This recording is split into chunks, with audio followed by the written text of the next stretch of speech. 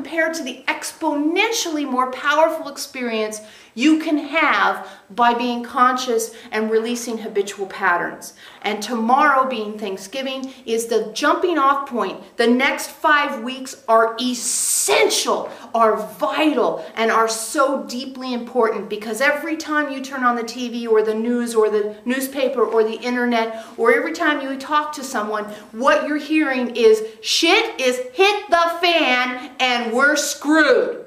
Right? This is sort of the mantra for your society. Shit has, you know, like that little white ball that goes across, shit has hit the fan and we're screwed. And you know what? Some people are, because that's the truth that they're buying into. Now, if you can stay in your completely neutral place, which is not easy, but you have the ability to be neutral about that, and you see shit has hit the fan and you think, I get that that is your experience. And I do not choose to match vibration, match energy, or even match opinion with you. Because if I'm honest about my life, I'm not feeling as though shit has hit the fan. And it's my role, my leadership role, my place of importance to hold the course that says change does not mean disaster. Those do not equate. Change is simply change. And by infusing this time of change with a higher vibrational consciousness, I am empowering the rest of society to have the same experience. If I infuse this change with the idea that, oh shit, everything sucks, then that is the power that is going to rise up. But because the one is exponentially more powerful, by that we mean 10, 100, 1,000 times more powerful than the other, you don't even have to make a big stand. You just have to make a consistent energetic stand in order to make a significant difference in your world. But please remember that it doesn't mean you get to see the difference you make. Outside of you, you may not immediately see the difference, but we'll promise you that you'll feel it on the inside. And as you feel it on the inside, you can continue to reinforce it, and then you continue to send out exponentially more powerful energetic. And that is the gift you're giving, that is the challenge you're being offered, and that is the energetic of these next 5 weeks. So of course, December is discipline. It's discipline. December is about discipline, about holding that course and staying within the truth that you know exists, which is you can't have change without change. Change was required because the way you were going was not high vibrational. To have a shake-up in order to shake loose a higher vibrational option was necessary. So now you have this, now it's here, and now you must be disciplined and stay on track in order to be adding your high vibrational consciousness into the truth which is occurring. This is you being who you came here on this right now to this planet to be. This is the only reason you're here. This is why you've done all the lifetimes you've done.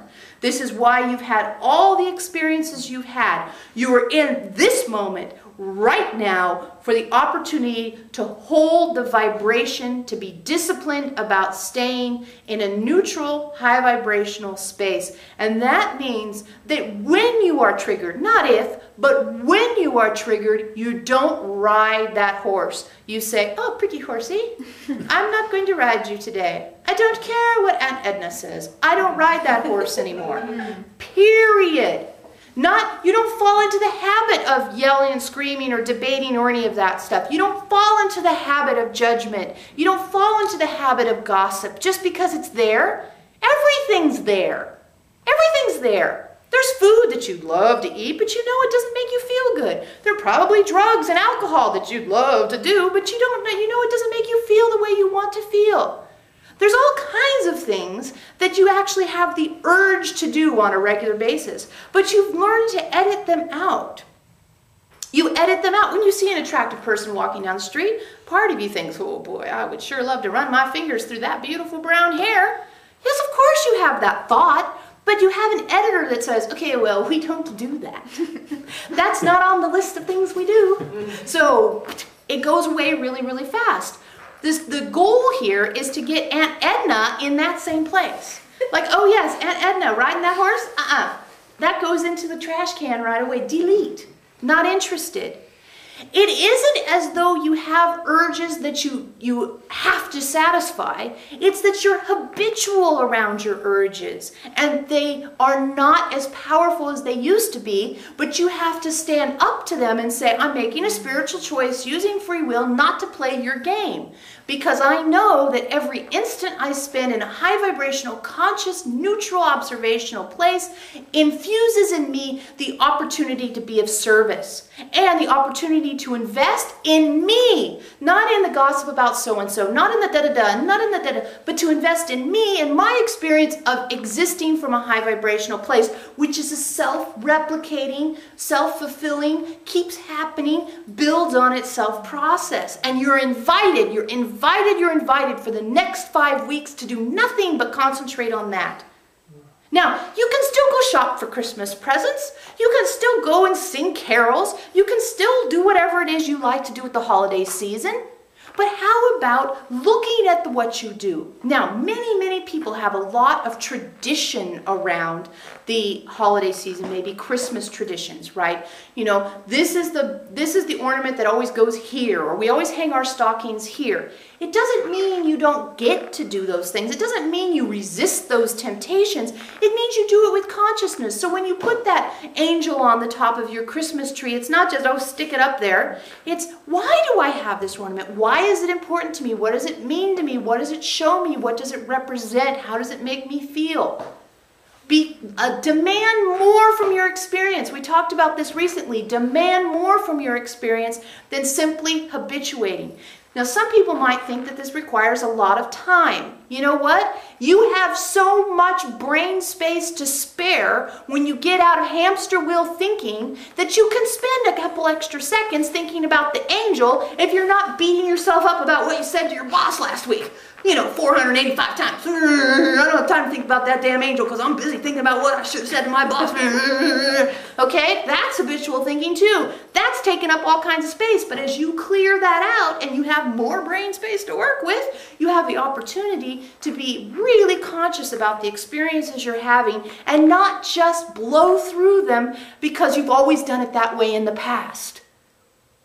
Now, what might be even more fun is start a new tradition. Well, this year we're going to be conscious. This year we're going to make new decisions about where we hang the stockings, where we hang the ornaments, where we put the Christmas tree.